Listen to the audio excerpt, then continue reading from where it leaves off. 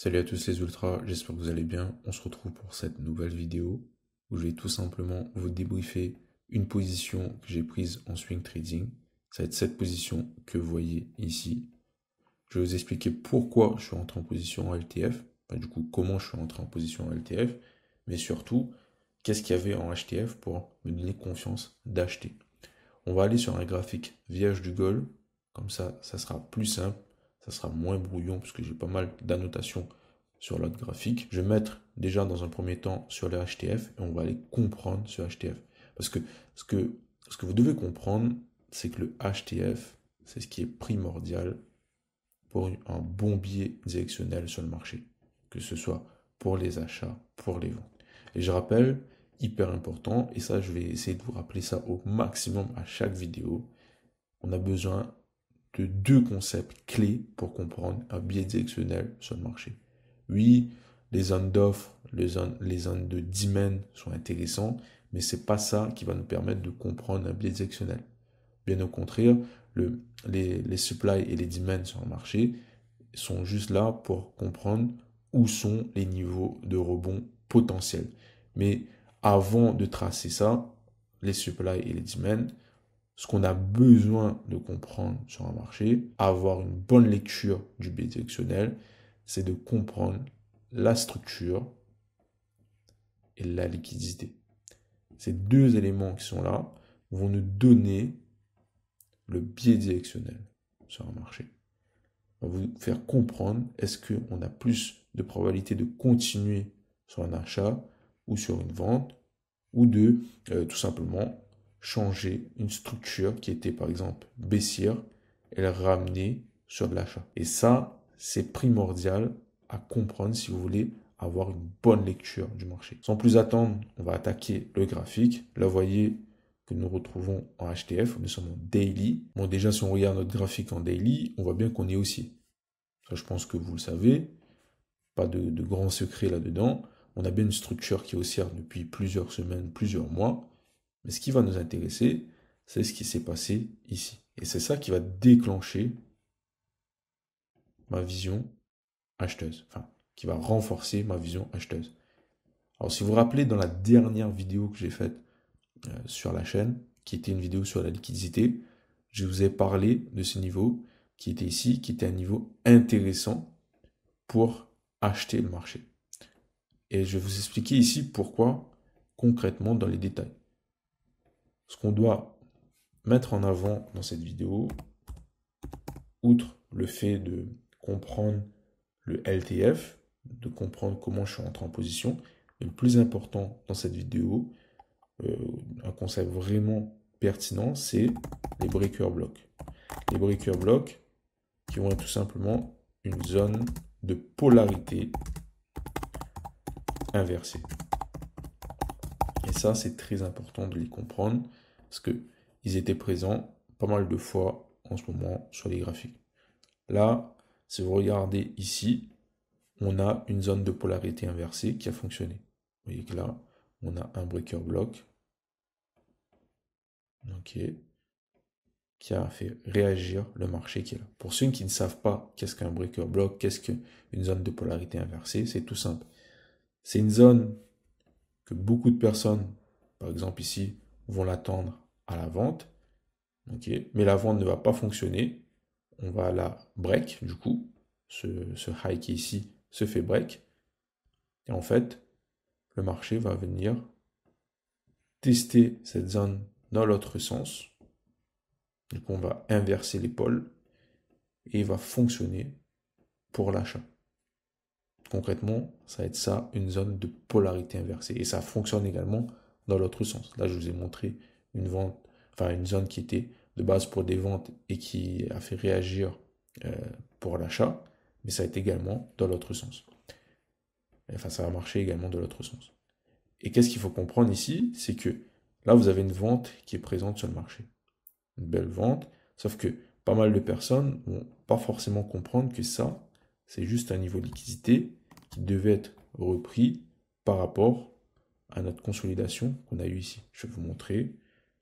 Là, vous avez une consolidation de prix qui est bien présente avec un BC, un ST, des prises de liquidité du coup UT, UTAD on a le prix qui vient retracer, prendre des liquidités qui sont créées, qui sont accumulées dans ce mouvement acheteur, dans cette trendline acheteuse. Vous voyez que là, on a récupéré la liquidité, on est venu récupérer du coup ce qu'on va voir en week-off avancé, le SC. On a eu la récupération du SC, plus du coup le lot du PSY qui était ici. Donc ça, c'est le lot du PSY. On a récupéré ce niveau-là pour mieux repartir par la suite. Et là, ce qu'il faut comprendre, c'est que beaucoup de personnes vont l'attendre bêtement à la vente ici. Et vous voyez qu'au final, il ne va pas vendre à ce niveau-là. Le marché ne va pas repartir à la vente. Bien au contraire, vous voyez que là, on a créé une reaccumulation pour relancer le momentum haussier, donner la cassure. Vous voyez là, on a eu un BOS. Et ensuite, si vous regardez, on repart sur notre daily pour avoir déjà une vision globale. Vous avez impulsion, cassure. Et là, vous avez ce qu'on appelle un déséquilibre du prix, un IPA. Vous pouvez également l'appeler un imbalance comme vous le voulez. Ici. Là, du coup, vous avez impulsion, cassure, higher high, higher low, continuation. Et là, vous avez l'adjustment. Dans ma dernière vidéo YouTube que j'ai faite, j'ai parlé de cette liquidité qui est ici. J'ai expliqué pourquoi c'était un niveau de liquidité, pourquoi c'était un niveau d'adjustment. Si vous n'avez pas vu, je vous mets le lien en description directement. Comme ça, vous le retrouvez facilement. Donc ici, on a l'impulsion, la cassure. Et donc, le dernier point de structure, elle va être ici. Higher high, higher low, higher high. Et là, vous voyez que le prix, il est revenu à ce niveau-là sur une zone de polarité inversée. Parce que pareil, on a eu un gros momentum baissier. Pas mal de personnes, quand le prix va retracer ici, va s'attendre à des ventes. Sauf qu'au final, on vient break la structure et on est bien revenu chercher de la liquidité à ce niveau-là, au niveau d'adjustment. Et là, vous voyez qu'on a fait la même chose. On a créé un niveau d'adjustment. Ici, higher low d'adjustment. Si vous regardez votre 4 heures, il est bien présent, il est là. On a impulsion, cassure, higher high, higher low, continuation. Donc liquidité, on est revenu chercher cette liquidité. Et là, le prix vient réagir au breaker block à la zone de polarité inversée. Et si vous regardez plus en détail, on a également une autre confluence en 4 heures ici. La petite bougie de manipulation. Pourquoi de manipulation? Parce que cette bougie qui est là va inciter les gens en LTF. Ok, on va inciter les gens en LTF à vendre ce niveau qui est là. À continuer de vendre ce niveau qui est là où on vient d'avoir une réaction. Mais concrètement, par la suite, on voit qu'on crée l'impulsion et qu'on crée le BOS. Au-dessus de ça, on crée l'adjustment. Là, on récupère l'adjustment et on vient combler le déséquilibre qui était présent pour ensuite repartir. Et c'est là que pour moi, c'était intéressant. Parce que quand vous allez descendre dans l'unité de temps, déjà sur le 1 heure, vous voyez que là, déjà, j'ai une première impulsion du prix qui est ici et qui va initier, je suis associé en 1 heure ici. Ensuite, vous voyez, pareil, on a un piège qui vient se créer sur le marché. Je vais vous montrer ensuite comment on pouvait éviter ce piège. C'est l'incitation de vendre ici pour viser l'attaque qui est ici. Alors, ça, attention, on va le voir un peu plus tard comment éviter ce piège. Mais déjà, on va rester focus sur comment j'ai pris position sur l'achat qui est là. Donc ici, on a l'impulsion, la cassure, on a la réaction à cette supply temporaire, le marché du coup qui donne retracement. Déjà, premier élément, vous voyez que ce low high qui vient se créer, pour le moment, il ne donne rien de bien concret sur le marché. Au contraire, si on descend en unité de temps, là on est sur notre 15 minutes, qu'est-ce que vous pouvez voir du marché? C'est qu'il vient donner un retracement et de la récupération de la liquidité à ce niveau-là. Vous voyez que là, on a eu une récupération de liquidité. Ici, en 15 minutes, votre choix associé va se trouver ici. Et donc là, on a une impulsion, choix associé, cassure, cassure. Donc on a des double breaks qui est vraiment intéressant. Et là, on a un retracement du prix qui vient se mettre en place. Et qu'est-ce qu'on peut constater? Si vous regardez, le marché va venir une nouvelle fois de plus réagir sur la polarité inversée. Moi, pour ma part, à la base, je l'attendais un peu plus bas sur ce niveau-là. Mais bien sûr, ce qu'il faut comprendre, c'est qu'une vision n'est pas fixe, elle évolue avec le temps, elle évolue avec le marché. Donc, on update toujours sa vision. De base, je l'attendais ici, mais vous voyez qu'ensuite, le marché vient donner une réaction sur le breaker block, mais surtout, c'est pas juste la réaction qui va m'intéresser, parce que si elle me fait cette réaction, mais qu'au final, elle réagit ici, et on continue à la baisse, et on revient dans ma zone, ben, je vais surveiller ici pour acheter. Sauf que là, quand vous descendez en LTF, on va aller en 5 minutes déjà, ça va être plutôt pas mal. Qu'est-ce qu'on peut constater? Nous avons lower high, lower low, impulsion, chose associée en 5 minutes. Vous voyez, là, on a notre chose associée. Je vais la mettre comme ceci. Du coup, impulsion, chose associée, higher high, higher low, continuation. Ça, c'est la liquidité en 5 minutes. Et vous voyez que là, je vais mettre un petit signe de liquidité, comme ça, c'est bien clair pour tout le monde. On va venir, du coup, prendre la liquidité pour repartir par la suite. Et si vous descendez en 1 minute, vous voyez quoi? Vous voyez que le choix associé va se faire un peu plus bas en 1 minute. On a eu une première réaction ici. Ensuite, on a eu ce qu'on appelle l'ODF qui a suivi. Pareil ici, l'ODF qui a suivi. On a le prix qui pousse à ce niveau-là et qui casse le niveau ici. Donc, personnellement, j'ai testé un premier achat ici, mais du coup, je suis sorti en stop loss sur le deuxième mouvement. Et j'ai pu reprendre position à ce niveau-là grâce à l'ODF et au niveau algorithmique. Ici, j'ai pris l'entrée par rapport à l'order flow qui était présent et au niveau algorithmique au moment où on est venu me prendre mon stop loss sur le mouvement vendeur ici. Autre élément qu'il y avait, mais là je ne vais pas rentrer dans ce détail-là parce que ça va faire pas mal d'informations à prendre en compte. Vous avez également un SC, ST, BC, ST, UT à ce niveau-là. Et là, on a eu un STB. Du coup, ça, c'était notre spring.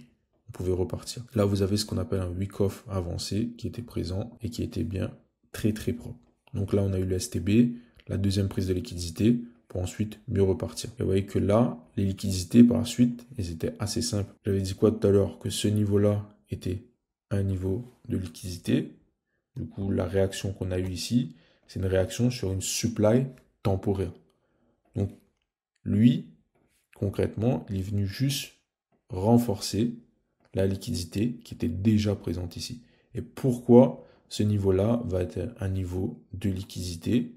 Je vais vous montrer ça. On va aller en daily. J'ai tracé la Fibo par rapport à mon dernier mouvement daily que j'ai ici. Vous voyez, dernière grosse impulsion. Depuis ce high jusqu'à ce low. Et on va descendre maintenant en unité de temps, en 4 heures. Et vous voyez que là, si je mets une petite ligne ici, et que déjà, là, on est sur les niveaux des 50. Ici, on a un prix qui vient réagir légèrement au-dessus des niveaux des 50. Et donc là, ici, on a une première réaction qui est quasiment, voire un peu légèrement au-dessus des 50, mais ça reste encore minime.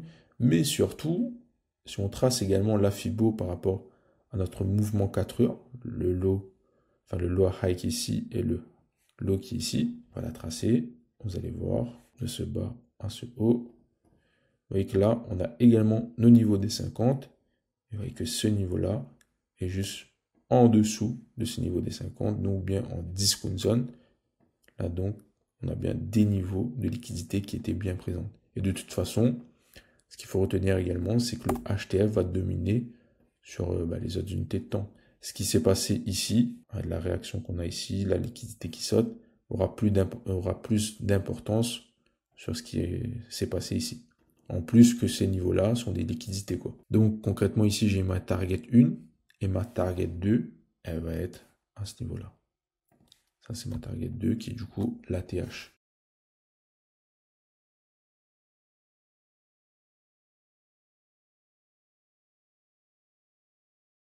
Je vais vous montrer quelque chose qui me semble également intéressant sur le marché actuel. Vous voyez que là, j'ai tracé ma Fibo par rapport au mouvement 4 heures que vous voyez ici. Et qu'est-ce que vous pouvez voir? Vous voyez que ce lot qui est ici a réagi sur les niveaux des 50% Fibo. Donc potentiellement, ce niveau-là est un niveau de liquidité. Voilà. J'espère qu'en tout cas cette vidéo vous a plu. Si vous avez des questions, n'hésitez pas à les poser en commentaire. Si vous voulez aller plus loin de votre compréhension du marché, avoir une vision du marché vraiment au top, comprendre les pieds directionnels, comprendre où se trouvent les véritables liquidités sur le marché, le lien de l'académie est en description. Force à vos résultats.